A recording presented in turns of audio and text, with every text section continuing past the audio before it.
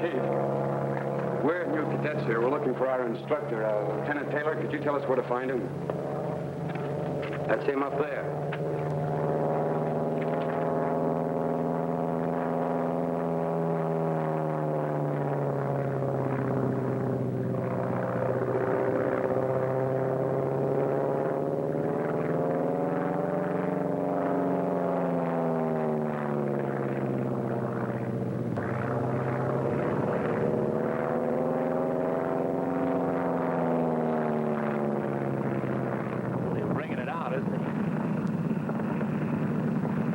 He's coming in now.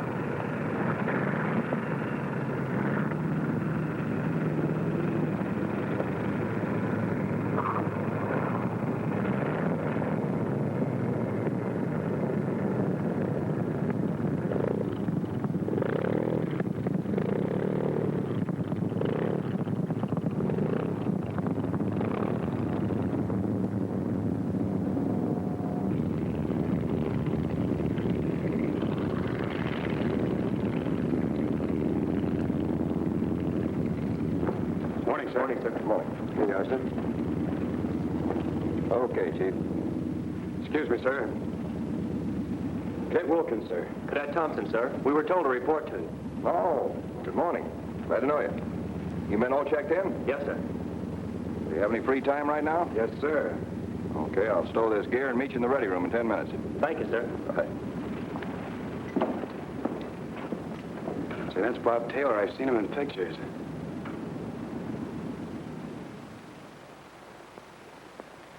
You won't have to worry about that until you get to C stage. You sure gave it the works up there, sir. You suppose we'll ever be able to do that, sir? Oh, sure you will. I know how you feel. I remember how I felt when I was right where you fellas are, just starting primary training. Hasn't been too long ago, either. Yeah, I know how it is. You joined the Navy because you wanted to fly.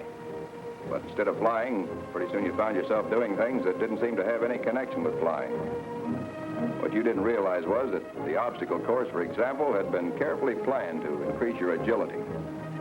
Just as the hours of boxing and wrestling you put in gave you an aggressiveness that every Navy pilot must have. You probably couldn't see what swimming had to do with flying. But being able to swim might someday save your life. Marching was just a preliminary to the air discipline you would ultimately experience in formation flying. Then, for recreation, you'd hike 15 or 20 miles. Plenty tough going, you thought, but being able to take it in stride might someday mean your survival after a jungle crack-up. You studied bed making, mathematics, recognition, a lot of other things. There are good reasons for all of them. Perhaps the most important is the fact that the foundation of every naval officer is physical fitness. You have a good memory, sir. Is it really pretty tough, this primary training? Well, if you mean does it take hard work, yes. But if you mean is flying itself tough, no. When you get the right approach, flying is relatively simple. Because the airplane is of value only as a platform. Some are platforms for guns. Some are platforms for bombs, or depth charges, or torpedoes. Some carry men and equipment. Some are for observation. Just as a battleship is merely a convenient floating platform, so the airplane is a convenient airborne platform. Take the carrier pilot, for instance. Flying's only a small part of his job. He has to get his plane safely to his objective. To do this, he has to navigate correctly. And even if he's pretty good at it, that's almost a full-time job in itself. He must stand a 360-degree watch at all times, or an enemy plane may shoot him down before he even sees it. He must watch the ocean for enemy ships. When he reaches his objective, he must deliver his blow at the enemy and at the same time keep himself and his plane from being shot up.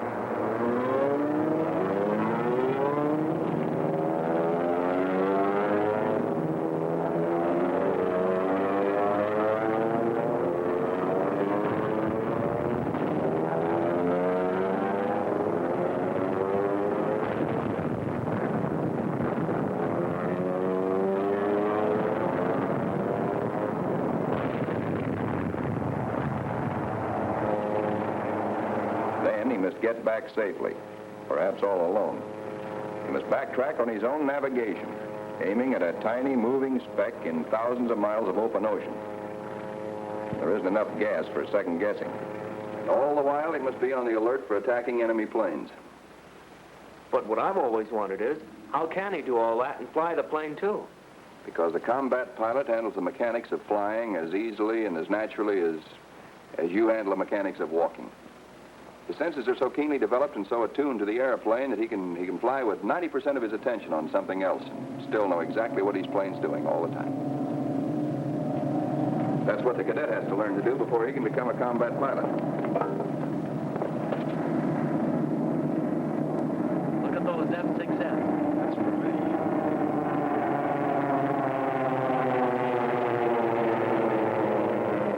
Primary training, you don't just learn to fly yellow perils.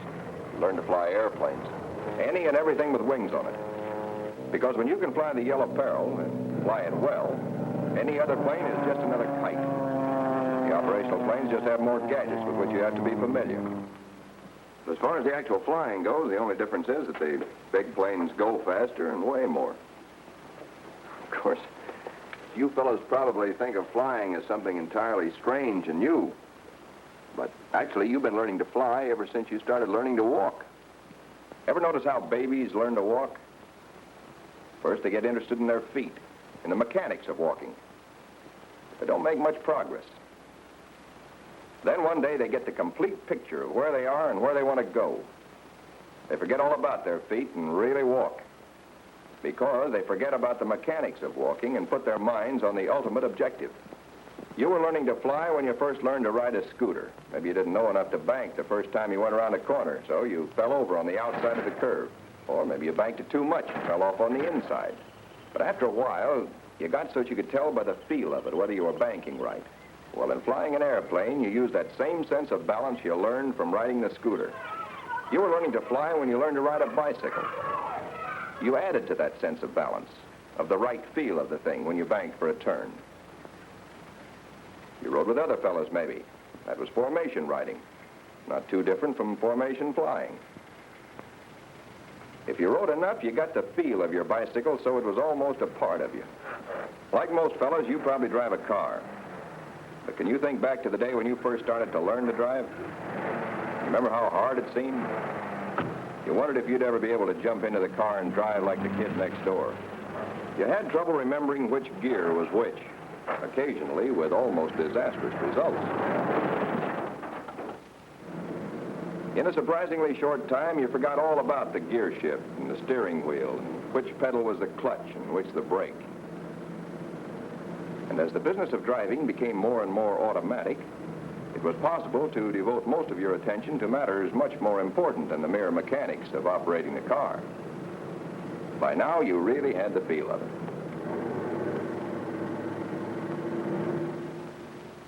Yes, you've been learning to fly all your life because flying isn't so different from the things you're used to. But the Wright brothers have flown in the first place. Matter of fact, they probably didn't know as much about flying as you fellows do right now. Essentially, there's not such a great difference between driving an automobile and flying a plane. When you're driving a car, you can see ahead of you the road you're going to travel. All you have to do is to follow it. In flying a plane, there is no path for you to follow. But don't let that worry you. You'll soon learn to create that path in your mind, so you see it as clearly in your imagination as you see the highway ahead when you're traveling in an automobile. No matter where you fly or what you want to make your airplane do, your mind will form that mental path ahead to take you safely past obstacles. That mental path will guide you through acrobatic maneuvers, bring you in for well-executed landings. It won't be long after you start your training that you begin thinking ahead. So your path is always out there, planned, well in advance of your plane. You mean you get so you can actually visualize a road up there ahead of you? Yeah, that's what it amounts to. There's nothing so unusual about it. It works on the ground, too. You probably know people who never could learn to park in a tight space. Somebody told them that if they'd start cutting the wheel at a certain spot and then cut it hard the other way and so on, they'd have no trouble. That'd be fine if all parking spaces were of a standard size. Unfortunately, they're not. If he would first look at the space and then visualize the path his car must take to get into that space, he'd have a much better chance of making it on the first try. Ever been to one of those motorcycle riding exhibitions they have at carnivals and fairs? Those fellows have to visualize an exact path if they want to go on living. As a matter of fact, they can give you a pretty good exhibition of the wing over. That's one of the acrobatic maneuvers you'll be doing later on. For some reason, a lot of people have the idea that it takes a Superman to be a naval aviator. Well, sir, can just anybody learn to fly? Practically any normal person who has all these faculties and is in good health. I don't care who you are or what your background. You've been doing things all your life that'll help you with your flying. Take stalls and spins, for instance. We've had students come in here with a deathly pair of them, whereas actually they're both perfectly safe and simple maneuvers. You just don't want to run into the ground while executing them. As a matter of fact, you're already familiar with some of the symptoms of a stall. You learned about them from your bicycle. When you start up a grade on your bicycle, if you don't pedal, you lose speed. You see the bicycle's going slower. The wind whistling past your ears quiets down. Pretty soon the bicycle gets wobbly, then stalls, falls over. Same way with an airplane. Pull up into the climbing attitude, and unless you add power, your speed will fall off. If you keep the nose in that climbing attitude, you'll soon begin to sense the same stalling conditions you experienced with your bicycle. You can feel the airplane getting ready to stall. The controls get slack and mushy, don't respond as quickly. The bicycle wobbles, the plane vibrates. Then it stalls, drops off on a wing. In certain cases, it may spin. Of course, one of the best ways to avoid an impending stall in an airplane is to get the nose down.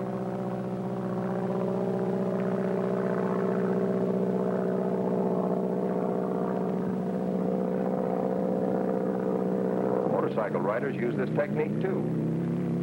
If they find they don't have enough speed to maintain their attitude, they put their nose down and pick up whatever speed they need. You've seen speedboats skid when they turn too sharply. Well, an airplane, if improperly flown, will skid through the air in very much the same way that the motorboat skids in the water. On the other hand, the boy falling off his scooter on the inside because he misjudged his turn has his counterpart in the airplane, which slips downward off course because of a poorly flown turn.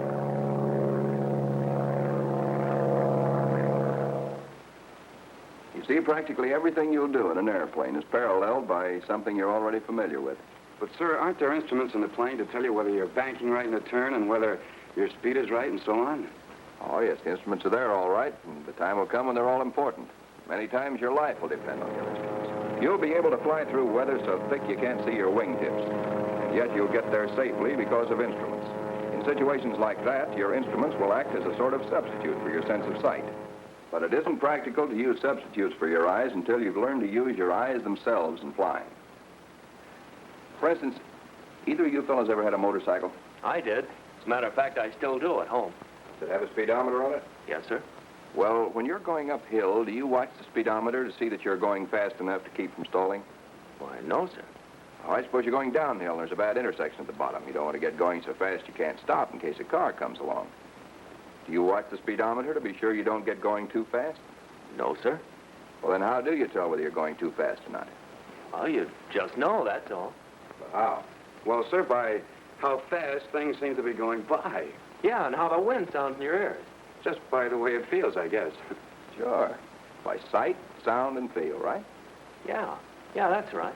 That's how you learn to fly an airplane. As a primary student, when you're learning to land a plane, you'll be so busy trying to keep a straight course and your wings level, and trying to judge just when and where to set her down, you won't have time to move your eyes down into the cockpit. You'll have to judge your airspeed by sight, sound, and feel. And the sooner you learn to do that, the sooner you'll learn to make good landings. But even before that, you'll have to learn how to use your eyes correctly. Well, sir, how do you mean? How should we use them? Maybe I can show you. Now, I can stand here and look straight ahead at that radio and still see the writing on this blackboard over here more than 100 degrees away. I can't read the writing, but I can still see there's writing there. Over on this side, I can see there's someone sitting on that couch. I can't tell who it is or whether he's asleep. From his attitude, it looks like it. Let's go over the board.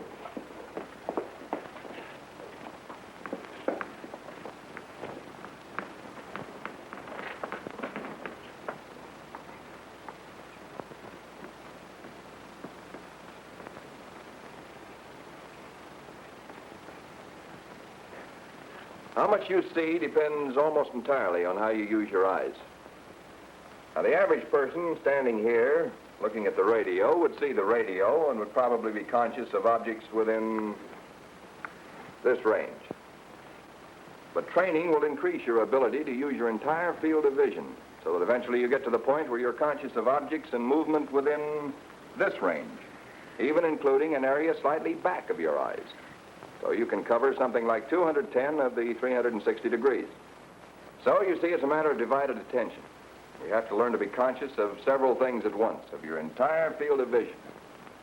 The natural tendency is to concentrate your vision on a single object. And the minute you concentrate your attention too much on one thing, you're narrowing your vision, blotting out everything else. You're doing to yourself exactly what you do to a horse when you put blinders on it.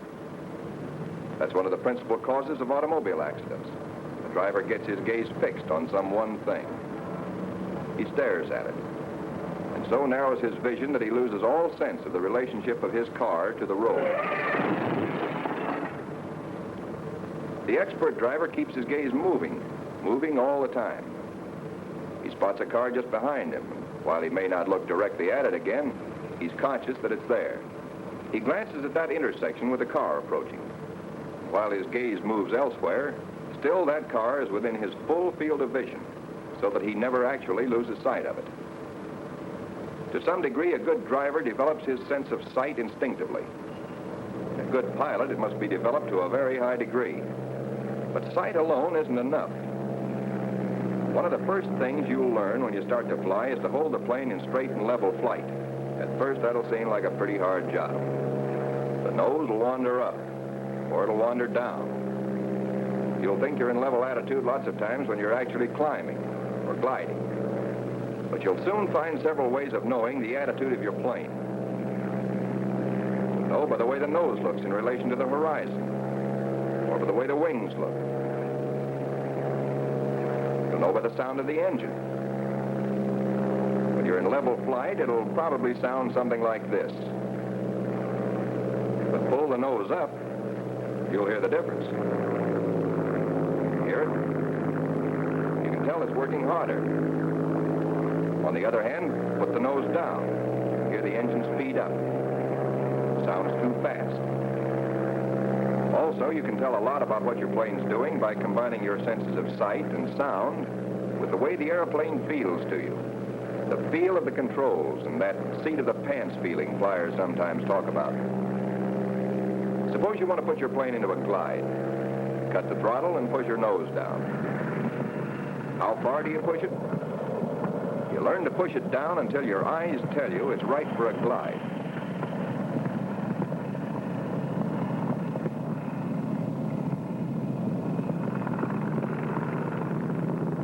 Till the whistle of the wind through the strut sounds right. Till the glide feels right to you. The nose starts to wander up. The sound of the wind will change. The wings and nose won't look right for a glide in relation to the horizon. You just know that something's wrong. Old-time pilots will say you feel that something's wrong. But they actually mean a combination of all three senses: sight, sound, and feel. Learning to fly the way we want you to learn is a little like learning to type by the touch system.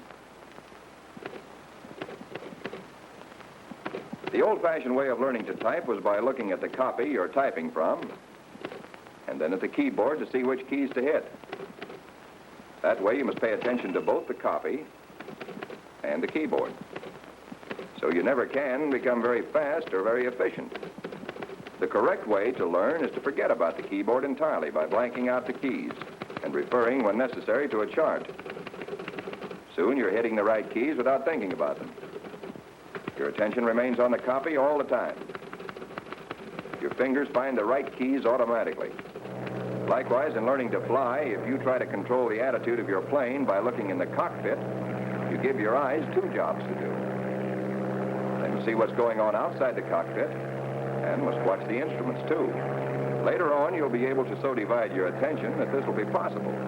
But in the meantime, too much attention to what's going on inside the cockpit will cut your efficiency. Your landings won't be so good. You can't watch the attitude of the plane, the relationship of plane to ground and horizon and all the other things you should be seeing. Keep your eyes on the instrument panel as well.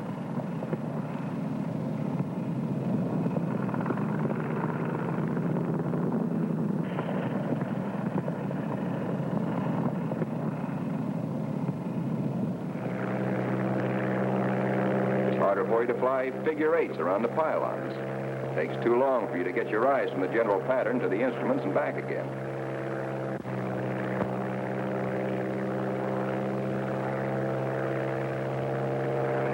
You have more trouble with acrobatics, simply because you're trying to watch two things at once. So naturally, you don't do as well. The well-trained pilot keeps his attention out of the cockpit. He handles the mechanics of flying as easily and as effortlessly as the touch system typist handles the mechanics of typing. He sits relaxed in his cockpit, relaxed but alert. His touch on the controls is as light, but yet as firm, as the touch of a doctor taking a patient's pulse. He's always aware of the general pattern of the ground beneath him. He makes mental notes of all fields or roads where he might be able to land in case of emergency. In formation, he is continually conscious of the position of planes flying with him. He's always on the lookout for other planes in the area. And once he spots them, he keeps track of them as long as they're anywhere near him. He's like the basketball player. The mechanics of handling the ball, of dribbling, are automatic. He sees the entire court. He's aware of the position of the opposition players and his own team. He constantly sees the whole picture. Actually, the finished pilot and his airplane operate as a single unit. The designer of the bicycle didn't plan a two-wheeled vehicle and then decide it would be nice if somebody rode on it. He began with the rider and built the bicycle around him. Likewise, the early designers of the airplane didn't start out by designing a flying machine and then putting a man in it. They started with the man himself and tried to put wings on him so that he could fly like a bird. To the trained aviator of today, the controls of the modern airplane are merely an extension of his own arms and legs, as much a part of him as the wings are part of a bird.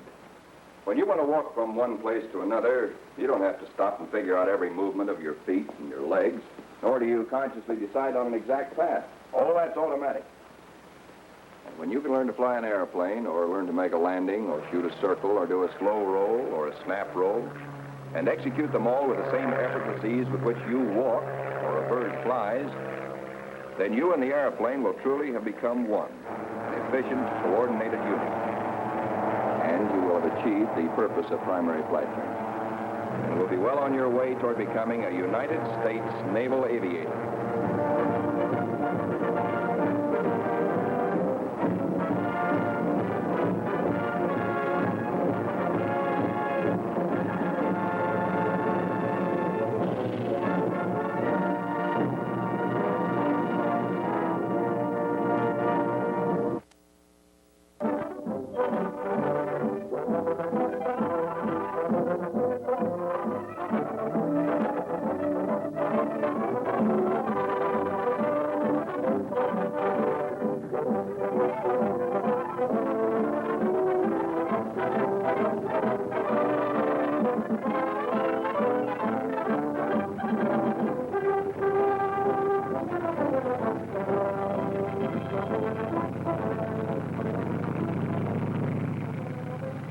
Primary training stations have certain things in common. They all have lots of primary trainers, yellow perils or yellow fighters as they're sometimes called. They all have instructors. They all have chief flight instructors who've been in the game long enough that their advice should not be taken lightly. And they all have cadets. Some of the cadets are alert and observing, and others are not. The chances are you'll never have to use your parachute. But when you need it bad. So don't bang it around. Keep it out of any place where you might get some oil, gasoline, or water on it. Water will slow down the chute's opening. Oil, gasoline, or water will rot the silk, and you'd be surprised how fast you come down in a ripped chute. If you want to be sure your chute will open, always inspect the release pin before you go up. Be sure the pin is not bent, and the thread loop has not been broken. You've heard all this before. It's being repeated here because with parachutes, one mistake is one too many. Parachute jumping is the one thing in naval aviation that we don't practice because the first time has to be perfect. Be sure your leg straps are tight. There are a number of sopranos around today who used to sing bass until they bailed out with loose leg straps. One thing more. There's just one way to carry a parachute. Like this. Not by the risers, not bumping against your legs, but like this. Remember that, will you? So I said to this dame, I says, come on, babe. Let's you and I go down to this little place on the corner and get ourselves a drink. It took some talking, but pretty soon... hey, look how you've got that chute. That's not the way you're supposed to carry it. Oh, there's more than one way of carrying a chute. And besides, I'm not going to have to jump. Okay, so you're not going to have to jump. But think of the next guy that has to use that chute. You heard what the chief flight said. And he also said there's no smoking on the line. He's just eager.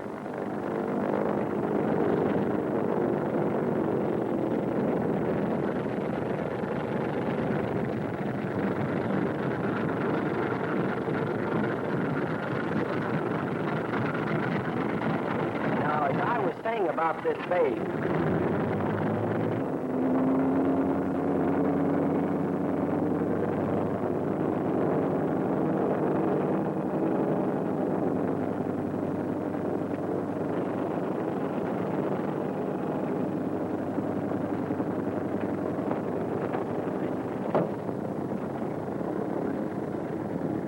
send that man over to my office.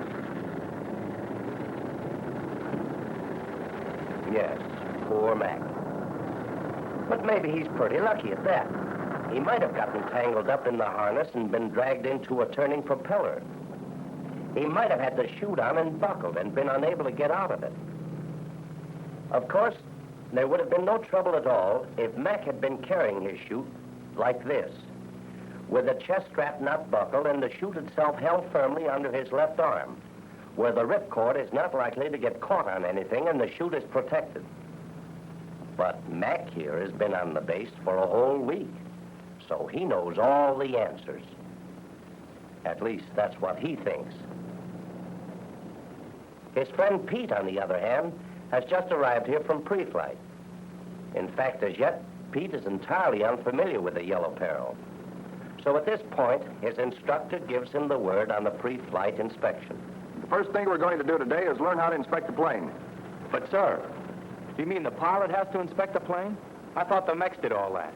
Well, they do, but the mechs are pretty busy. Sometimes one mechanic is responsible for several airplanes. Besides, you're the guy that's going to be up there in the plane, not the mech. But before we start the pre-flight inspection, let's talk for a minute about the meat axe. Maybe you call it a propeller, but to experienced pilots, it's the most efficient beef cleaver on Earth. Just imagine the airplane standing there with that bloody bolo poised and ready to smash your brains out if you give it half a chance. Airplanes standing on the line with nobody within 50 feet of them have been known to thrice through a couple of turns just for the hell of it. And if you happen to be in the way, that'll be where you came in and went out. A moment ago, you asked if the pilot inspects the plane. That officer over there is getting ready to go out on a hop. Watch what he does. First, he takes off his parachute and will lay it on the leading edge of the wing, just outboard of the end strut. And he lays it down gently. Why gently? Yes. Why lay the chute down gently? Mac here can answer that question. Just watch him for a moment.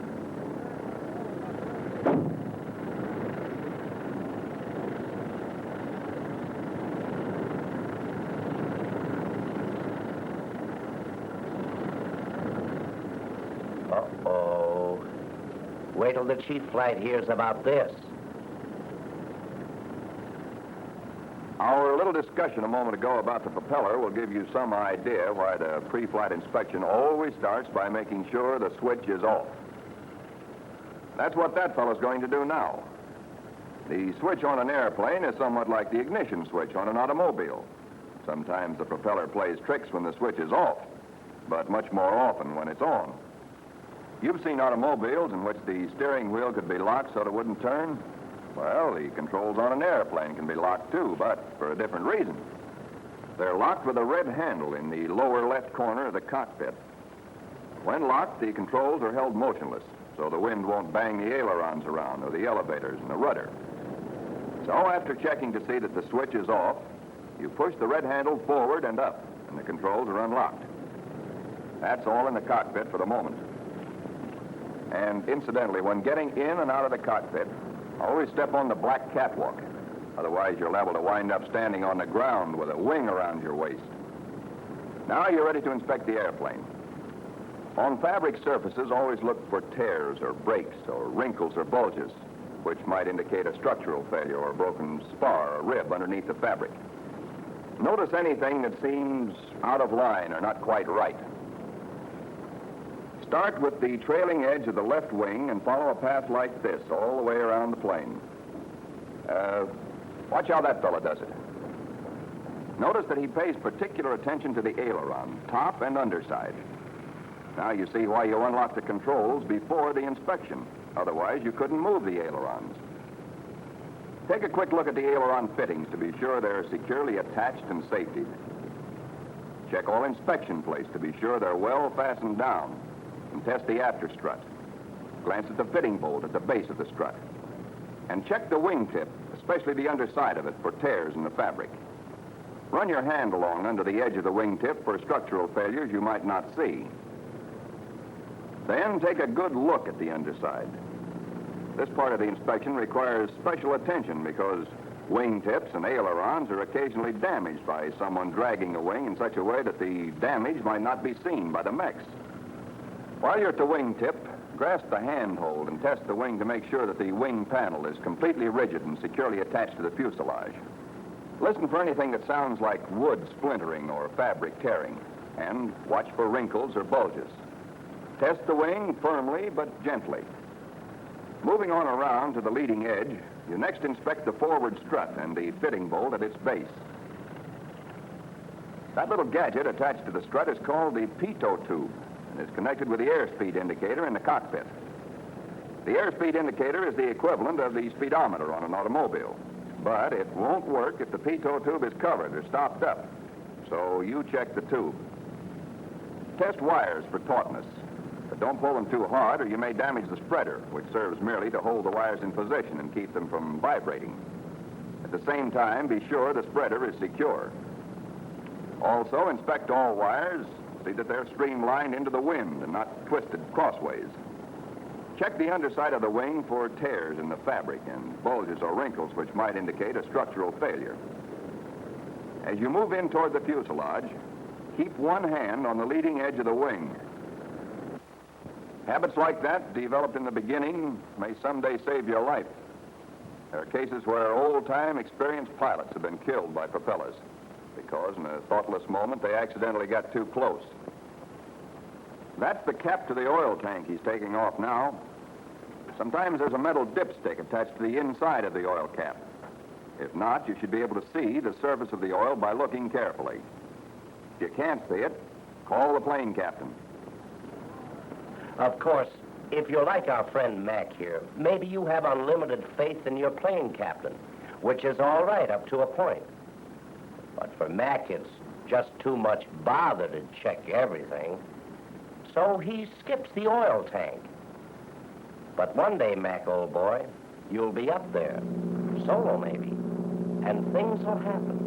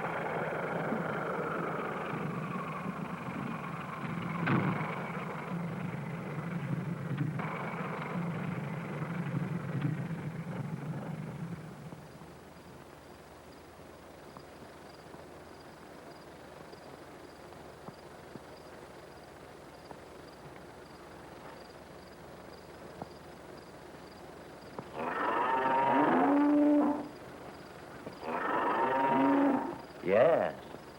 Airplanes are funny that way. They won't run without oil. Also, it's a good idea to see that the cap to the oil tank is on tight. Otherwise, you're liable to find yourself in the airplane well oiled in a very literal sense.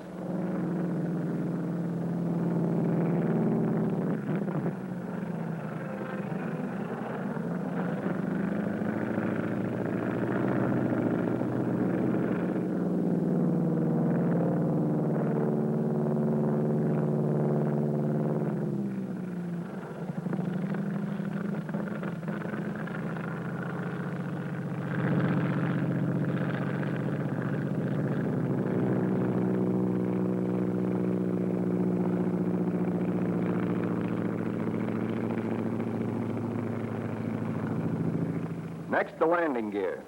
That part he's looking at now is called the oleo and serves as a shock absorber. Check the fittings.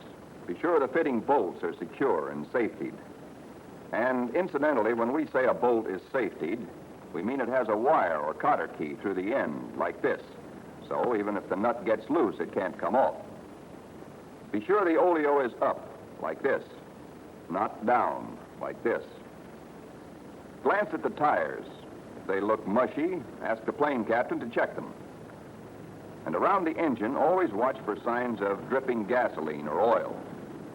Oil or gasoline on the pavement under the plane or on the landing gear struts probably indicates a leak and calls for investigation by the plane captain. As a further check, you may want to open the accessory compartment. This is done by loosening a couple of fasteners in the fairing. The gasoline and oil lines run through this compartment, and any leaks will probably be immediately apparent here. And be sure the compartment is securely closed. When this cover comes open during flight, it does strange things to the aerodynamics of the plane. Or it may rip off completely and go flying back, endangering the tail assembly. At this point, you glance quickly at the back of the engine to be sure all is well there. What do you look for? Wires which have become detached. Cracked cylinders or exhaust manifolds. Take hold of the carburetor. Try to shake it. If it's at all loose, the plane isn't airworthy. Now, you retrace your steps along the leading edge of the wing, going clear back to the tip. Then forward and in again to a point directly in front of the propeller, but a respectful distance away from it. We can see everything we need to see from here without risking our necks. We can be sure the prop isn't nicked or pitted or cracked. You can check the fitting bolts around the hub. While here, look at the front of the engine for loose wires or cracked cylinders. And notice particularly the spark plug wires to see that they are safetied. From this point, you can get a good look at the entire underside of the fuselage and the underside of the top wing. Here again, look for tears in the fabric or wrinkles or bulges. Check the oleos to see that they are evenly inflated. Notice whether the plane is setting evenly on the ground and is therefore properly balanced. If the landing gear is in any way structurally out of line, you must catch that at this point. Also, see that both wheels are chocked. Now you proceed to the tip of the right wing, still showing the same respect for the propeller. You begin at the wingtip and work in toward the engine, inspecting the same points on the right wing as were covered on the left. You don't open this side of the accessory compartment, but you do check to see that the fairing is fastened down tight. The oleo on this side, the tire, and the back of the engine. Then, back to the tip of the wing and around the trailing edge for inspection there, covering the same points that were covered on the other wing. Aft, along the fuselage, looking for tears, bulges, or wrinkles. Underneath the tail assembly, first the rudder cable, then the wires for streamlining and tautness. The fabric, and especially the elevator. On top, the fabric and the wires. Inspect fittings on the elevator and the rudder. Turn the rudder for a look at the rudder horn, first on one side and then on the other. Of course, some pilots, like Mac here, seem to doubt the importance of inspecting such items as the rudder horn. One small fact seems to have missed friend Mac. An airplane is neither useful nor healthy unless all the controls are in good working order. The rudder horn is in an exposed position. Occasionally, it gets broken. And here's an example of what can happen. Friend Mac, who uses his brakes too much in taxiing anyway, wouldn't notice it even if he had no rudder control at all. All is well, thinks Mac. Goes around into the takeoff position, locks his tail wheel, and gives her the gun.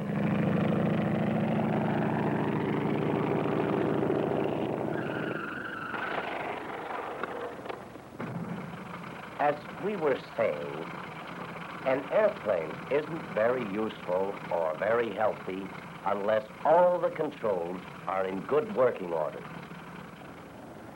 If you want to play safe, always inspect both rudder horns and all control cables and control surfaces.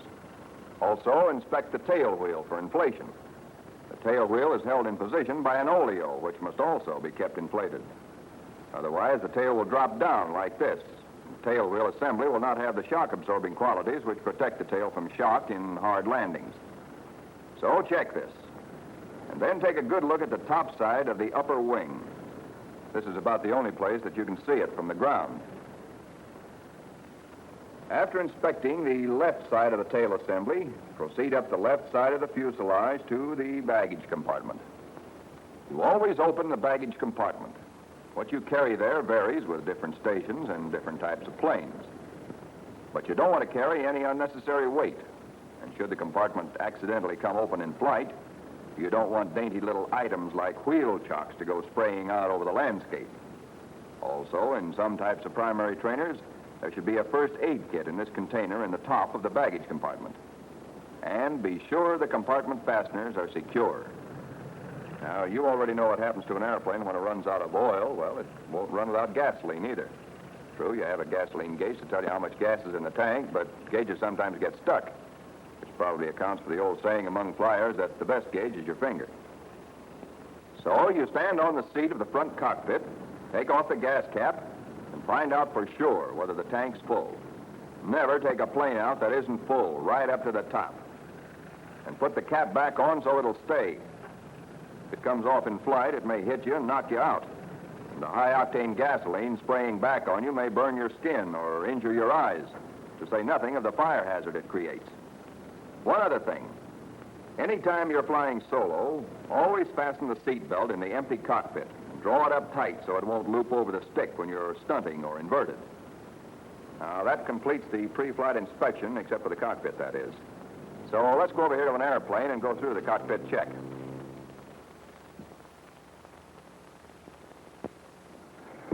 Okay, now before you get in the airplane, buckle your parachute, chest and leg straps. Also, check both cockpits for loose gear. Some bad accidents have been caused by loose gear jamming the controls. It can be pretty disconcerting when you're doing acrobatics. Now, the first thing you do when you get in the cockpit is to adjust your seatbelt and fasten it. There's no kidding about this. Too many boys have been killed because they didn't make proper use of their seatbelt. Take the student who got his nose too high on takeoff. His instructor snapped the stick forward to prevent a stall. When he looked back a moment later, the student wasn't there. The abrupt change in the plane's attitude had thrown him clear out of the cockpit. That student had probably figured there'd be plenty of time to fasten his seatbelt after they were in the air. In inverted flight and in most acrobatics, sometimes even in normal flight in rough air, the seatbelt is the only thing that keeps you in the airplane. So fasten your seatbelt the very first thing when you get in the cockpit. Now, these are shoulder straps. There's a little lever on the lower left side of the seat which releases the harness in such a way that a spring on the back of the seat gives it a certain amount of stretch. With the harness unlocked, adjust the straps for moderately snug fit. For takeoffs, landings, and acrobatics, lean back, lock the harness so that the spring will no longer allow it to stretch. In case of an accident, it'll hold you back against the seat and keep you from breaking your neck by banging your head against the instrument panel or cowling. After you fasten the seat belt, draw up on the straps at the side until the belt is tight enough to keep you in the plane, but not too tight for comfort. Yes, sir. Mighty important, that seat belt. It even saves lives on the ground.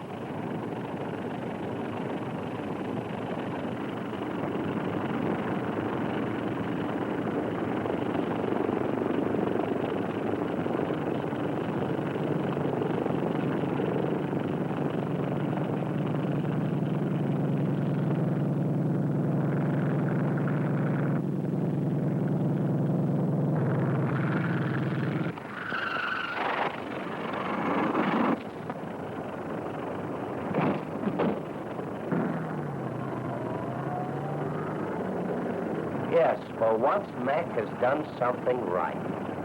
His seat belt is securely fastened. Gas off, switch off. Leave it to Mac. If this ever happens to you, leave your seat belt fastened until someone comes out to let you down gently. Now that your seat belt and shoulder straps are properly adjusted and fastened, drop your hand to the lower right side of your seat. Pull up on the little lever you'll find there. That allows your seat to move up and down. Now adjust the seat so that if you look straight along the top of the fuselage, your line of vision will run directly through the center of the windshield. Release the lever and make sure your seat is locked. Now you're ready to adjust your rudder pedals. Push that little metal lever on each pedal to the inside. Adjust pedals so you have full throw and can comfortably apply brake without stretching. And so you can rest your heels comfortably on the deck with the balls of your feet placed lightly against the pedals, with your knees relaxed and the weight of your legs on your heels. Then make sure each lever is back in locked position. Now operate the pedals slowly, giving full throw both ways, and watch the rudder to see that it responds properly. Move the stick from side to side and watch the ailerons. Move it fore and aft and watch the elevators. Move the controls evenly so that you can feel any variation in pressures which might indicate that something is wrong. Now glance down to your left, and there on the side of the cockpit is the trim tab regulator. Its functions will be demonstrated later on. Meanwhile, just set it at neutral with the handle pointing straight up. In making the cockpit check, you will always begin at the extreme left and work from left to right, clear across the cockpit, covering each control and instrument. That way, you're not likely to forget anything. In this airplane, the cockpit check begins with a trim tab regulator and moves next to the throttle and mixture control. Set the mixture, the lower red handle, for full rich, and open the throttle about an inch. Still further forward, underneath the instrument panel, is a red valve which turns on the gasoline, allows it to flow from the fuel tank down into the engine. Turn this to the on position. Directly above on the instrument panel is the ignition switch, which we've already mentioned. But check again by sight and by feel to be sure it's off. Your plane captain's life may depend on it. Now we come to the instruments. Reading left to right, there's first the airspeed indicator, which, as we've pointed out, is somewhat like the speedometer on an automobile. At this point, it should read 0. Next, the altimeter. It tells you how high the plane is above sea level. You set it for field elevation before each flight. This is a turn and bank indicator. It'll prove invaluable to you later on, but for the present, forget it. The tachometer tells you how fast your engine is running in terms of revolutions per minute. Should now read 0. The oil pressure should also read 0, and the oil temperature should be about the same as the temperature of the outside air, or warmer if the plane has been flown or warmed up recently. This handle operates the engine fire extinguisher. It releases a bottle of CO2 in the engine, which will put out most engine fires. But don't pull it just to see what will happen. In fact, you won't need to pull it just to see what happens, because we're going to show you. The inimitable Mac will demonstrate. Engine fire extinguisher.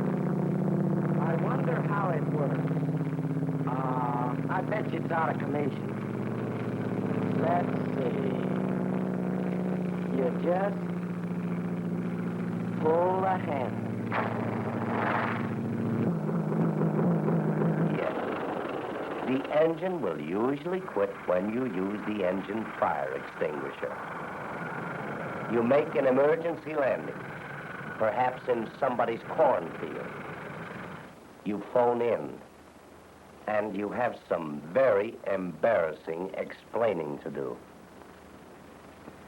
There's no discredit attached to an emergency landing, you understand, provided it's unavoidable. But emergencies such as this one are a needless risk of the student's life and of Navy equipment.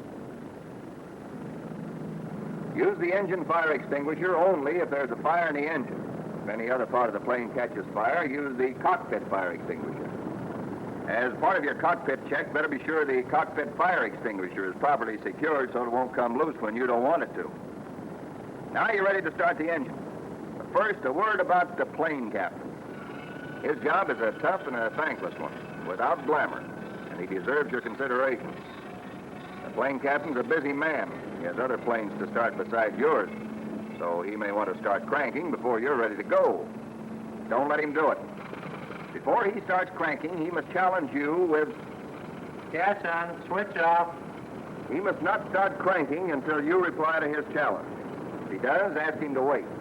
Then, when you are ready, give him a nod, and when he says... Gas on, switch off. You very quickly check your gas valve and ignition, then answer his challenge. Gas on, switch off. Plane captain will then prime the engine and crank it. And while he's cranking it, hold the brake. This you do by pushing in with your toes on the top of the rudder pedal. Holding the brake keeps the plane from rocking back and forth while cranking, and thus makes the plane captain's job easier and safer. When the inertia starting mechanism is turning over at a good rate, the plane captain will stand clear of the propeller and challenge you... All clear. Meaning that he and all other personnel and equipment are out of the way of the propeller. If the area looks all clear to you, you answer his challenge, all clear. Then he immediately challenges you, Contact. and you reply, contact. Then you quickly turn the switch to both. Whatever you do, don't pump the throttle. It does not help to start the engine, but it does overload the carburetor, thus creating a fire hazard. As soon as your engine starts, take a look at your oil pressure gauge. If within a half a minute it doesn't come up to the minimum operating pressure specified in the pilot's handbook for that particular plane, the engine must be stopped quickly to prevent damage. If you have the type of plane in which the crank is carried in the baggage compartment, throttle back a little so that the plane captain can stow the crank without having his hat blown off. But listen to that engine. Don't let it die. Throttle slowly if it starts to miss. And watch the plane captain while he buttons up the baggage compartment. Ensure the fastenings are secure. Now turn your attention to the oil temperature gauge. Keep the engine turning over at 800 to 900 RPM until the minimum specified oil temperature has been reached. Then you're ready to test your mag. First, look around behind you. Be sure the area is clear. Yes. And this is one of the many ways in which our friend Mac wins friends and influences people.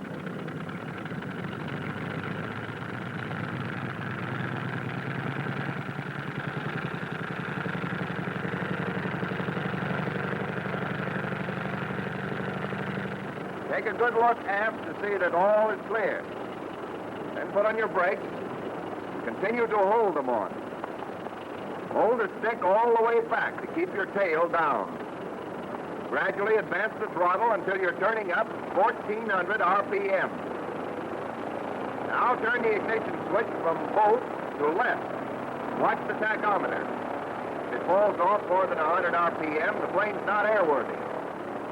Next, turn the ignition switch back to both and wait until any lost RPMs are picked up again. Then turn the ignition switch to right. Again, you should not lose more than 100 revolutions per minute. Return the switch to both and ease the throttle all the way back. With the engine idling, turn the ignition switch to the off position for just an instant. To be sure, it'll turn the engine off. Now, if the plane has passed your inspection and testing, you're ready to taxi out for the takeoff. But suppose that sometime during the inspection you find something wrong. Let's take an imaginary case. First, you call for the plane captain. It may be that he can fix the trouble in a few minutes. And he, in turn, may call the line chief. But if they can't fix the trouble or you're not satisfied the plane is airworthy, contact the duty officer. Describe to him the difficulty that made you reject the plane and ask him for instructions. That's the procedure if you find something wrong with the plane. Now, stopping the plane is a relatively simple matter. Set the throttle so the engine will operate at 800 to 1,000 RPM and let it run that way for about a minute to cool it off. Then bring the mixture control back to the full lean position. This will kill the engine.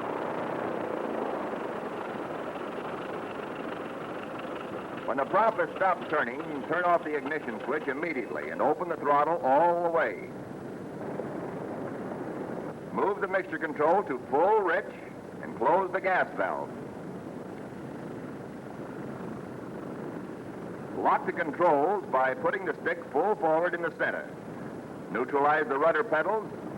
Push the control lock handle forward, down, and back. And then jockey the rudder pedals until they lock in place. Finally, lock the tail wheel, then call out to the plane captain, gas off, switch off, controls locked. Gas off, switch off, controls locked. Gas off, switch off, controls locked. That's the pre-flight inspection and starting and stopping procedure. After you've had a little experience, you'll be able to inspect the plane covering every point and start it, all within just a few minutes' time. The idea is to develop a regular routine. Form the habit of covering every point quickly and well. Also, all primary trainers are not exactly like the one we've seen today. There are several different models. So you'll find it profitable to study the pilot's handbook for whichever model you will be flying. And remember that the airplane is a delicate instrument. Whether in the air or on the ground, treat it with care and respect.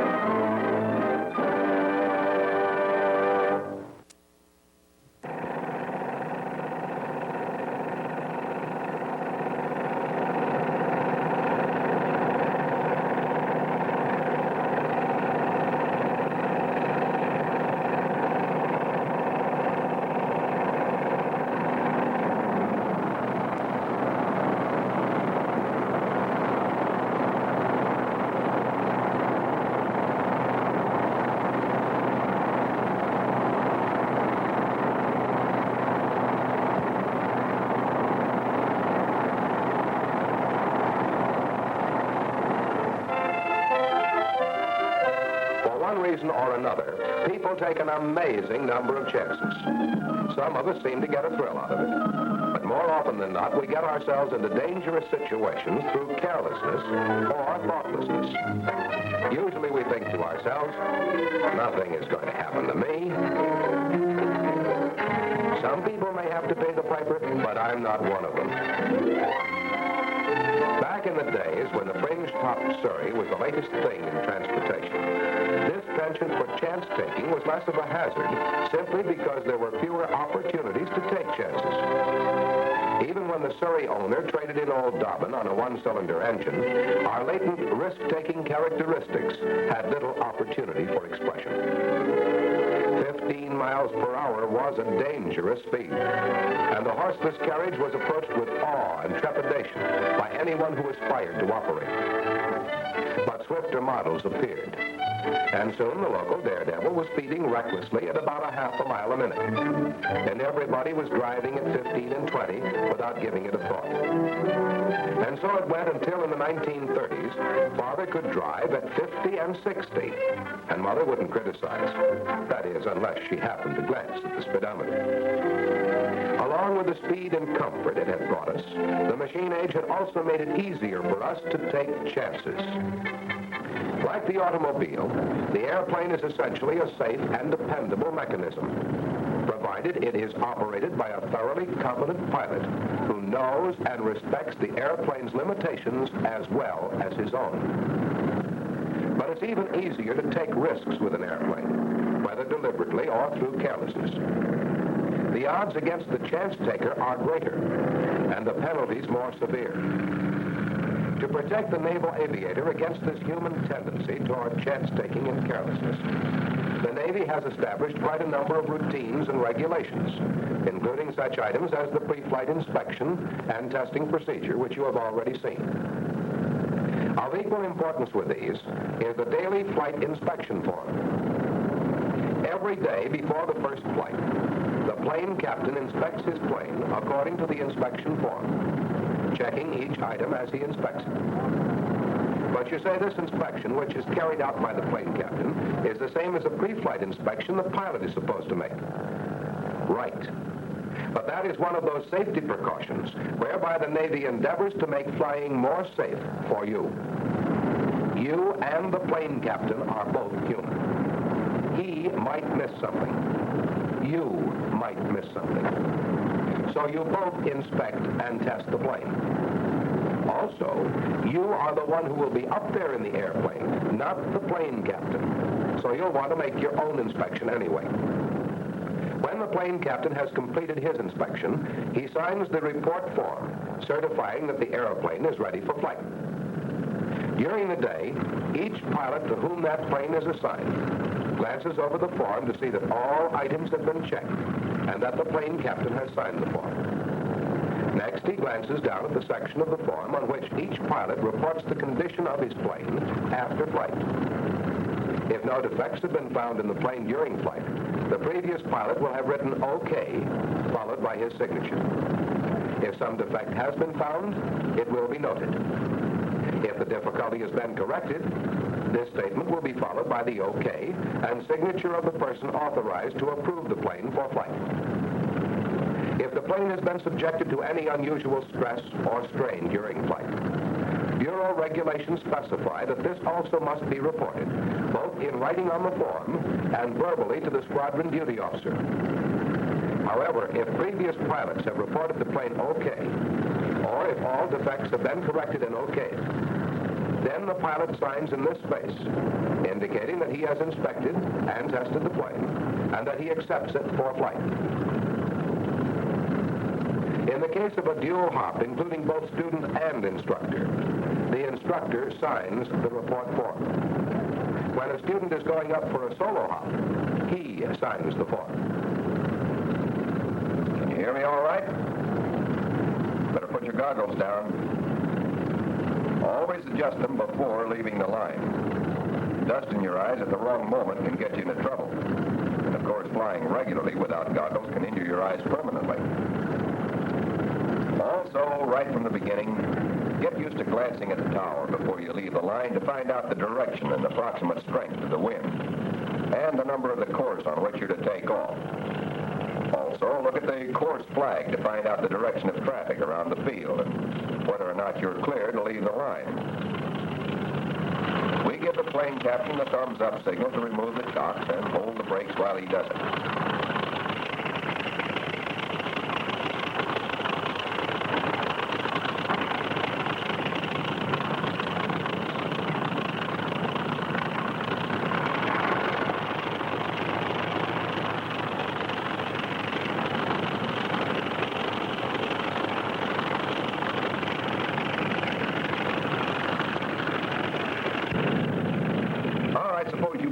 On the rudder pedals, hold the stick lightly with your right hand and put your other hand on the throttle. I want you to feel what I'm doing with the controls.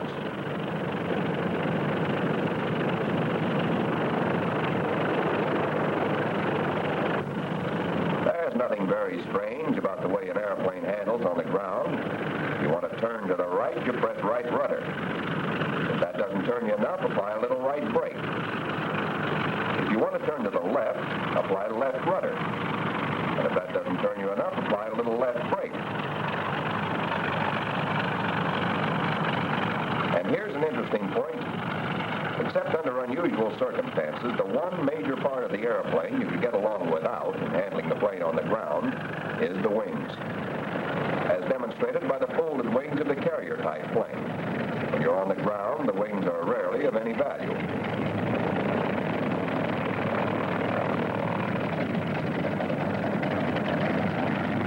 But when you start your takeoff run, all that immediately begins to change. In that brief instant between the time you start your takeoff run and the time your wheels leave the ground, the entire picture changes. As soon as you're airborne, you can forget for the time being everything we've said about handling the plane on the ground. On the ground, the wings simply went along for the ride. But in the air, the wings are the airplane. All the rest merely goes along to help them. Since basically the airplane is no more and no less than a flying wing, let's attempt to find out what we can expect from the wing from the standpoint of performance. First of all, granted proper design, we know the wing will fly. Of course, unless our wing is to be a glider, we'd have to have power to pull it through the air. But here, for purposes of simplification, we do not show the engine. With certain limitations, we know that when we tilt the wing up, it wants to go up.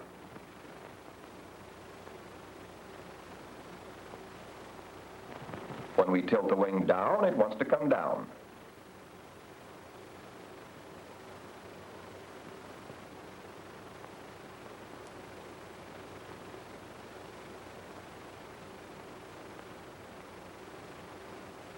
But how do we turn it? We turn it by lowering one end of the wing and raising the other end. We bank the wing to the right for a right turn, to the left for a left turn. No matter what you may have thought in the past, the only correct way to turn the wing is by banking it. But in order to conveniently fly the wing, we need certain controls which will make it assume the attitudes we have just demonstrated. For example, suppose we put movable control surfaces on the trailing edge of each side of the wing. These we call ailerons. If we put the right aileron up, that will make the right end of the wing want to go down. And if at the same time we put the left aileron down, that will make the left end of the wing want to go up. Thus we put the wing into a right bank, which, as we have seen, will make it turn to the right. If the bank is shallow, you get a slow rate of turn.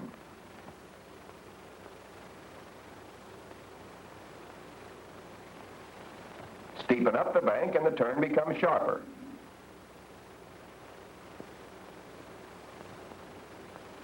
So the amount you bank the wing determines the sharpness of your turn. But here's an odd situation. We use the ailerons to bank the plane. But once the bank is established, we don't need them anymore. If we let them come back to neutral, the wing remains in the same degree of bank and turn, until we apply the ailerons the other way to bring it out of the turn. An easy way to control the tilt of the wing to make it want to go up or down is to add other control surfaces back here. These are called elevators.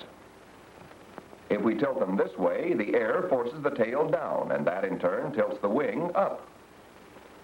If we tilt the elevators this way, the air will force the tail up, and that in turn tilts the wing down.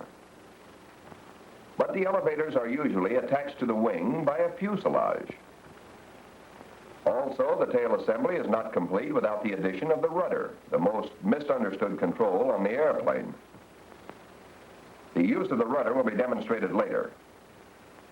Now, put an engine on our wing and we have an airplane which is no different in its basic essentials from the primary trainer, except the chances are your primary trainer will be a biplane having two wings instead of one. We've already seen how the various control surfaces affect the attitude of the airplane.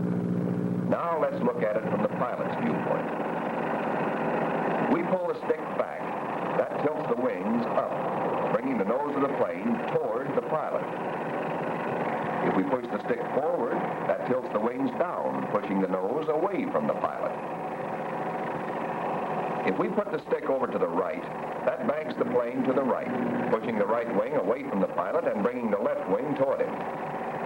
If we put the stick over to the left, banks the airplane to the left, pushing the left wing away from the pilot and bringing the right wing toward him. When you move the stick forward and back, you operate only the elevators. When you move it from side to side, you operate only the ailerons. But you can also operate both at once in countless combinations. For instance, if you want to push the nose and the right wing away from you at the same time, you do this.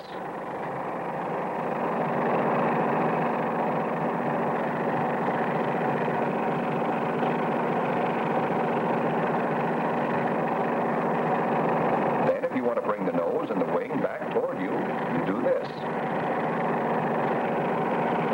And remember that the effect of the controls in relation to you is the same, regardless of the attitude of the airplane. In a glide, if you pull back on the stick, the nose will come toward you. In a turn, exactly the same thing is true. Pull back on the stick and the nose comes toward you. Turn the plane upside down. Pull the stick back, and you're still pulling the nose toward you. Push the stick away from you, and you push the nose away from you. Push the stick over to the right, and you push the right wing away from you and pull the left wing toward you, regardless of whether your plane is upside down or right side up or vertical. You are the center of things. All controls operate in relation to you, regardless of the attitude of the airplane.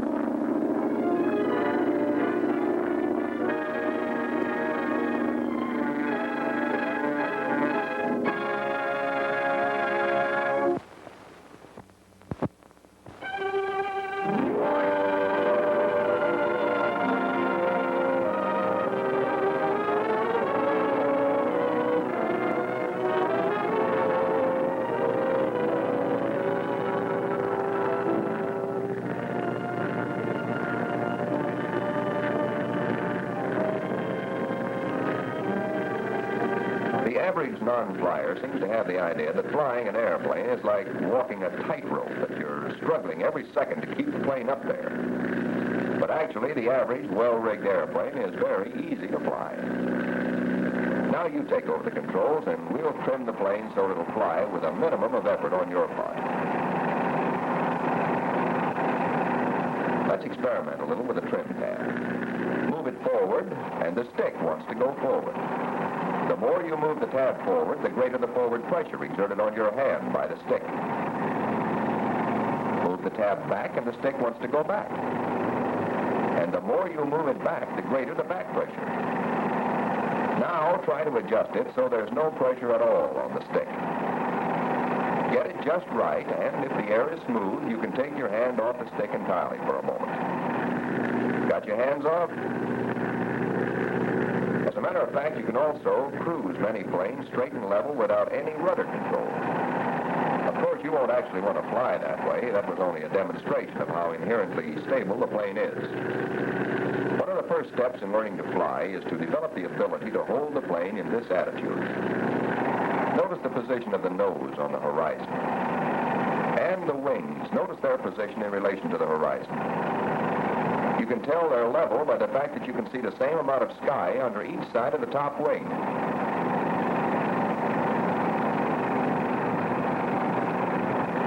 You remember in a previous film, we illustrated the correct use of the eyes by demonstrating that a person can look straight ahead and yet see objects on either side and even slightly back of his eyes, giving him in all a range of vision covering approximately 210 of the 360 degrees. Seated in the cockpit of the airplane, you should be able to look ahead and still see the attitude of your wings without looking directly at them. Of course, our friend McDribble, as might be expected, has failed entirely to get the significance of this point. His attention is concentrated on keeping one particular bolt on the engine right on the horizon. In other words, he has put on the blinders. He sees only the position of that bolt on the horizon. And look what happens. You'll probably have a good deal of trouble maintaining the attitude you want until you learn how to use that full 210-degree range of vision. Also learn to use your ears in judging the plane's attitude. Listen to the engine. It's not laboring or racing. It's running along at a steady, comfortable pace. You want to get used to that sound. Sight, sound, and feel, the way you feel in the cockpit, all help you to keep the plane in level flight. But how do you hold the plane in this straight and level attitude? Actually, you don't hold it there. You can't. Even when the plane is trimmed up, its attitude is subject to frequent change without notice. A wing drops a little, so you pick it up. Your nose wanders slightly to one side or the other of your heading. You bring it back. So flying straight and level is merely a matter of helping the plane by being on the ball, ready to bring it back to straight and level attitude the instant it gets off. Previously, we said that an airplane is turned by banking the wing. But if that's the case, then what's the rudder for? A boat is turned by its rudder, so lots of people think that an airplane likewise is turned by its rudder. Let's try it and see what happens. Keeping our wings level, we press right rudder. And sure enough, the nose comes around to the right. It looks like we're turning, but are we? Let's repeat that same maneuver, watching it from a different point of view. Our present heading is along that highway below, and we want to make a 90-degree turn to a new heading. We apply right rudder. Our nose comes around all right, but the plane itself tries to continue skidding right along the same old course. The only difference being that the nose is cocked off to the right. If you hold the plane this way long enough, it will gradually change its course very much as a racing car on a dirt track skids around a flat turn. However, we are not turning, we are skidding around the turn. It is a very sloppy and, incidentally, a very dangerous operation. Now let us try making a turn by banking the plane. If we want to turn to the right, we bank the plane to the right. But instead of immediately starting a right turn, the plane hesitates and may even pull off a little to the left. This is because of the increased resistance of the outside aileron. So the plane gets into the turn rather awkwardly. However, once the bank is established and the turn started, the plane behaves very nicely until we're ready to bring it out of the turn. And then again, recovery to straight flight is quite sloppy. So we need something to facilitate entry into and recovery from turns. First, something to counteract the plane's hesitation or momentary tendency to turn away from the direction of bank. And that is one of the functions of the rudder. Right rudder, as we have seen, will make the nose want to pull over to the right. So right rudder and the plane's tendency to turn to the left will cancel each other out, leaving the plane free to turn smoothly to the right when banked to the right. But let's stop the picture again. We have already seen that once the plane has entered the turn and the bank is established, we no longer need right aileron. As a matter of fact, we may even need a little left aileron to keep the plane from banking too much. And since right rudder was needed only to counteract aileron resistance, naturally, we no longer need any right rudder. Thus, we continue on around the turn to the new heading. To bring the plane out of the turn, we use left aileron, combining it with a little left rudder to counteract aileron resistance. What's this? Yes, we might have known that only McDribble could be responsible for such strange execution. Look, Mac, that stick isn't going to get away from you. You don't have to strangle it, and you don't have to manhandle the airplane. Be gentle, but firm. Take it easy. Hold the stick lightly. Remember, you're taking the pulse of the airplane at all times. Your knees should be relaxed with the weight of your legs on your heels and the balls of your feet resting lightly on the rudder pedals. There. That's better. Now let's try a few turns. And here's what a good turn looks like from the pilot's point of view. The instant your wings leave the level attitude and begin a bank, the nose begins to move smoothly in the direction of bank. Let's go back and do that again. The instant your wings leave the level attitude and begin a bank, the nose begins to move smoothly in the direction of bank. After the turn is established, the angle of bank, that is the angle the wings make with the horizon, remains constant. And the nose remains on the horizon as in straight and level flight. Then, when you're ready to recover from the turn, your nose stops moving at the same instant your wings reach the level attitude. Not a second sooner or later. You achieve this kind of turn by using a combination of aileron and rudder in the right amounts and in proper relation to each other. In other words, you coordinate rudder with aileron.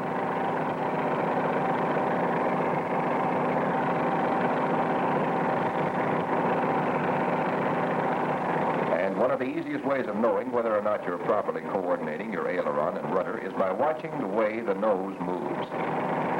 If on entering a turn the nose hesitates and then starts to move, chances are you're not using enough rudder, or you're applying your rudder too late. But if on entering a turn the nose moves too fast, you're probably using too much rudder, or you're applying rudder too soon. Experiment with your rudder pedals until you get the right adjustment to give you a smooth, well-balanced turn. And try to feel the balance of the turn. If you feel like you're being pushed one side or the other in the cockpit, even slightly, the chances are your turn is not balanced. Again, experiment gently with your rudders until that unbalanced feeling disappears. But just making a turn is one thing. Making a turn which comes out on a specific and predetermined heading is something else. Here again, if you will draw on your experiences in driving automobile, you can avoid some of the most common mistakes in turns. An intersection like this one forces the automobile driver to make a very sharp turn. But at a broad intersection like this, no driver in his right mind would turn so sharply. No, he'd take advantage of the extra room and make a much more gentle, more comfortable turn. Likewise in the air. Suppose we're flying along a course like this, and want to change heading 90 degrees to a course like this. If we wait too long to start our turn, we'll have to make our bank steep and the turn sharp, which would be just as foolish as the automobile driver going clear out to the middle of the intersection and then making a sharp angle turn. But if we start back here, we can make a gentle turn with a very shallow bank, very much as the automobile driver does, wherever the limits of the intersection will allow him. Another very common mistake which students make in connection with turns may also be illustrated in the automobile. When a motorist makes a turn, he doesn't whip the wheel around suddenly into the desired degree of turn and then whip it back again after he reaches the new heading. No, he enters the turn much more gently, turning the steering wheel slowly to give him just the degree of turn he wants. Then, as he sees he's approaching his new heading, he starts to straighten out ahead of time, so that he reaches the new heading at the same instant his wheels are once more pointed straight ahead. Likewise, except where necessity demands it, the experienced pilot doesn't whip suddenly into a bank and then whip out of it. Rather, wherever possible, he plans his turn well ahead so he has plenty of room for it. He enters the bank unhurriedly, continuing to steepen it up until he's established the bank, which will give him the rate of turn he wants. If he sees he's turning too wide and is in danger of overshooting his new heading, he can steepen up the bank, thereby making his turn sharper. On the other hand, if he sees he's turning too short and is in danger of undershooting his new heading, he can shallow his bank, thereby making his turn less sharp. Then, when he sees he's coming around to the new heading, he begins slowly to decrease his bank, planning his recovery from the turn in such a way that his wings are level and the nose stops turning at the same instant he reaches the new heading. Learning to make precision turns and to keep the plane in balanced flight is half of learning to fly. So practice turns at every opportunity and try to be conscious of the plane's balance every second you're in the air.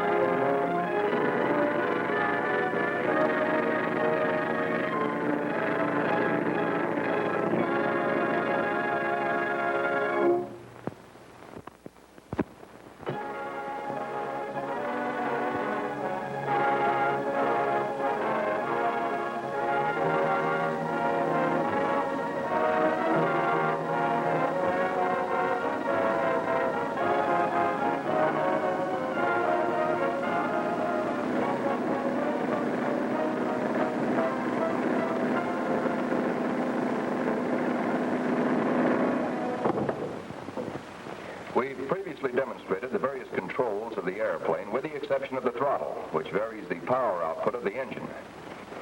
We're not attempting to give you a course in the theory of aerodynamics, but some understanding of the engine's job may help you in your flying.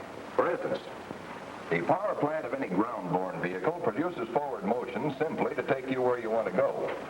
But the power plant of an airplane produces forward motion, first of all, to make the airplane fly, and secondly, to take you where you want to go. Driving along a level highway in an automobile, if you close the throttle by taking your foot off the gas, you simply slow down and stop. In an airplane in level flight, if you cut off the power and hold the plane level, as soon as its forward motion falls below a certain speed, it will start to sink. An automobile going uphill is traveling in the direction its nose is pointing. But an airplane may have its nose pointed up in a climbing attitude and still be flying a perfectly level course, not climbing at all. In fact, the airplane may be in this attitude and actually be going down. Or it may be flying in perfectly level attitude and yet be steadily going up, gaining altitude. Previously, we stated that when the wing of an airplane is tilted up, it wants to go up. When it's tilted down, it wants to go down. And that's true. It does want to do these things. But its ability to do them depends upon the power of the engine. Without power, no airplane can stay in the air very long. The pull of gravity makes it want to come down, and once it is down, makes it want to stay on the ground. Then there is drag, which tries to hold the airplane back. You can observe the effects of drag when you pull your hand through water. The faster you try to move your hand, the more the water tries to hold it back. Likewise, the air is constantly trying to hold the airplane back. To counteract the forces of gravity and drag, we have the power of the engine to pull the airplane through the air. This force is also referred to as thrust. As the power of the engine creates enough pull to overcome drag, the plane moves forward, and the air passing over and under the wings creates lift, making them want to go up. The greater the forward speed, the greater the tendency of the wings to rise. So, whenever a plane has enough forward speed to create enough lift to overcome gravity, the plane will take off and fly. Whenever the force of lift is greater than the force of gravity, that starts the plane on an upward course, gaining altitude. Whenever the force of lift is less than the force of gravity, that starts the plane on a downward course, losing altitude. Whenever lift and gravity are exactly equal, the plane will continue on whatever course has already been established, whether that be up or down or straight and level. So, a plane may remain in perfectly level attitude and still gain or lose altitude, depending upon the variations in power or pull, as it varies the plane's speed. However, the rate at which a plane gains or loses altitude is not determined by airspeed alone, but by a combination of airspeed and attitude. When the wings of a plane are tilted up, they want to go up. If at the same time there's plenty of power, they will go up. However, if you reduce the throttle, the wings still want to go up. But since there's not enough power to take them up quite so steeply, a compromise results and the plane goes up at a more shallow angle. So you see, the performance of an airplane depends as much on what you do with your throttle as it does on what you do with your stick and rudder pedals. And incidentally, since this is the case, keep your hand on the throttle as much of the time as possible, except when you're trimming the plane. When you're cruising along in straight and level flight, you'll carry roughly about 1/3 to 1/2 throttle. The tachometer on your instrument panel will tell you that the engine is turning over at the rate of 1,750 to 1,850 revolutions per minute, which is specified for cruising in this particular type plane. With the throttle at this setting and the plane in approximately the level attitude, you should be able to maintain a level course without gaining or losing altitude. Now open the throttle to about the 3/4 position and at the same time ease your nose up to about here. This is the climbing attitude for this particular plane. In this attitude, the plane will travel upward at about this angle. Let's say that in this correct or most efficient climbing attitude, the plane would gain this much altitude in 10 10 seconds time. If you pull the nose up any higher, say to about here, you decrease your airspeed, and although you might be climbing at a slightly steeper angle, you'd gain altitude more slowly. In 10 seconds, you'd be about here instead of here. If you drop the nose below the correct climbing attitude, say to about here, you would travel upward at this angle. Again, you would gain altitude more slowly. So the correct climbing attitude is that attitude in which you will gain altitude the fastest at the established climbing throttle setting. But keeping the plane in the climbing attitude is hard work. The stick keeps wanting to go forward because the nose doesn't want to stay up there. So once you have the nose in the desired position, trim the plane until all pressure is off the stick, making it easy to keep the nose where you want it. Now take a good look at the position of the nose in relation to the horizon. And notice the distance of the top wing and the broomsticks or spreaders above the horizon. Another cue to the correct climbing attitude is the sound of the engine. It's working harder than it did in level flight, but it still sounds all right.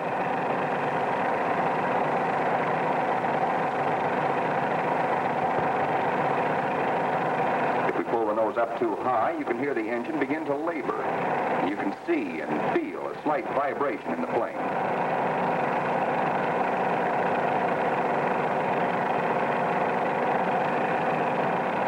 Let the nose sink below the correct climbing attitude, the engine will speed up. It takes a little time to speed up or slow down as the attitude changes.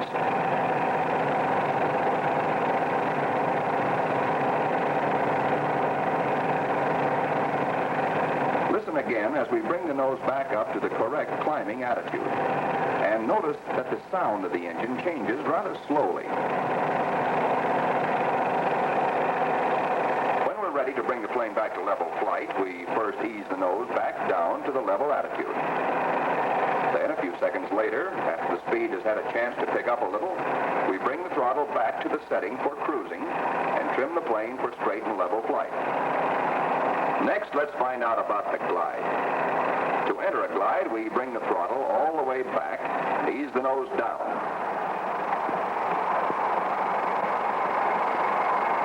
To about this attitude, trimming the plane for the glide as soon as we have the nose where we want it. In the correct or most efficient gliding attitude, the plane will descend at approximately this angle. Suppose, for example, that we were attempting to glide into a field here from this point. Under normal wind conditions, let us say the correct gliding angle would put us comfortably within the limits of the field. But if we were to shallow out the glide, bringing the nose up, let us say to about here, we would reduce our forward speed, cutting down the lift, and we would come down at this angle. Instead of stretching the glide, bringing the nose up would shorten it. Chances are we'd undershoot the field, coming down about here. If, on the other hand, we were to steepen the glide, dropping the nose below the correct gliding attitude, we would descend at this angle, and at the same time, we would also build up excess speed. We would again run the risk of undershooting. So the correct gliding attitude is that attitude in which the plane will glide the furthest. So you see how important it is to get acquainted with the correct gliding angle. Notice the position of the nose below the horizon, and the top wing, which is down much closer to the horizon. That's about the way the glide looks. Here's how it sounds. If the nose wanders up out of the gliding attitude, the sound quiets down. This looks wrong for the glide and sounds wrong. So bring the nose back down again to the correct attitude. If the nose gets down too low for the gliding attitude, you get a higher pitched hum in the rigging.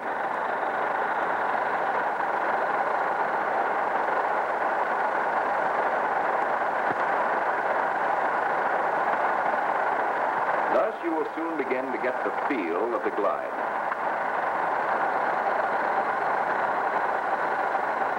But at this point, there are a couple of other things we need to know about the behavior of the airplane. Let's do some experimenting. First, seeing to it that our plane is trimmed up for straight and level flight. Some planes, as we have pointed out previously, can also be flown straight and level at cruising speed with feet off the rudder pedals. Such planes we speak of as being well rigged. Now let us once more simultaneously add throttle and ease the nose up smoothly into the climbing attitude. We trim the plane for the climb until it will remain in that attitude, hands off. But now if we take our feet off the rudder pedals, the nose swings off, or yaws, to the left. This tendency of the plane to pull off or yaw to the left under certain conditions is sometimes referred to as the effect of torque. If we put the plane back into a flight at cruising throttle, the tendency of the plane to yaw to the left again disappears. This is because the manufacturer has so rigged the plane that it more or less counteracts the yawing tendency when in straight and level flight at cruising speed. But if we cut the throttle and push over into a glide, there may even be a tendency for the nose to yaw slightly to the right due to overcorrection of the rigging built in by the manufacturer, although this will probably be very slight. But no two planes are exactly alike in this respect. Even though they may have come off the production line side by side, there are 100 little variations which may cause minor differences in the rigging. But if every plane is different, how do you know how much rudder to use? You use whatever rudder is required to keep the nose from swinging off the course you want to fly. Pick a couple of points on the horizon and keep the plane right on that heading, being careful to keep your wings level. If the nose starts to pull over to the left, ease on a little right rudder pressure, just enough to bring the plane back on heading and keep it there. If it swings off to the right, you've overcorrected. So ease off a little at that right rudder pressure, just enough to allow the plane to come back to the exact heading you want. But don't stare at the nose. Don't put on the blinders. Glance at the ground from time to time so you'll always know where you are. Keep the eyes busy. Use that roving gaze. Strangely enough, it's easier to keep the nose right on heading if you don't concentrate on it too hard. And whatever you do, keep your wings level, except when you're in a turn. If you fly with one wing low, you're doing one of two things. You're either turning, your nose is pulling away from your heading, or you're slipping. You're not in balanced flight, so always be conscious of the attitude of your wings. Now, the next fundamental maneuver in the syllabus is the gliding turn. Starting from the gliding attitude, you simultaneously apply aileron and rudder. Then, once the turn is started, hold the degree of bank you have established using opposite aileron if necessary, and relax whatever rudder pressure you added to start the turn. When you're ready to recover, apply opposite aileron and rudder in such a way that the nose stops moving at the same instant the wings reach the level attitude. Let's try another one.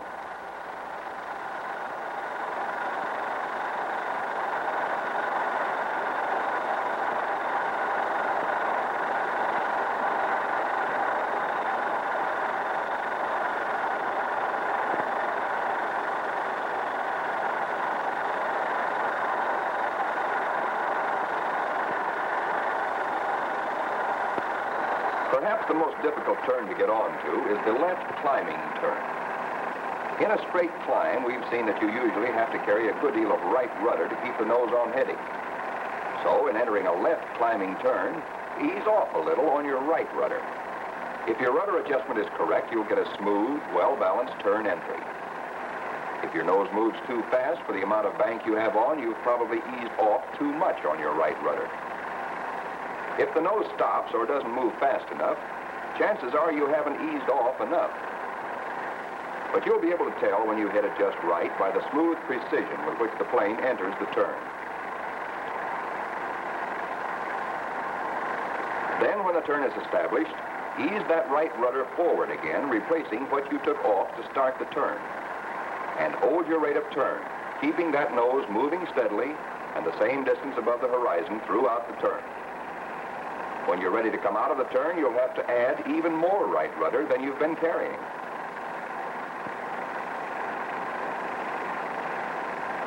In entering a right climbing turn, you begin with whatever right rudder you've been carrying in a straight climb, adding to this as much more right rudder as you need to start the turn. As soon as the turn is established, ease off that added right rudder at the same time you neutralize the ailerons.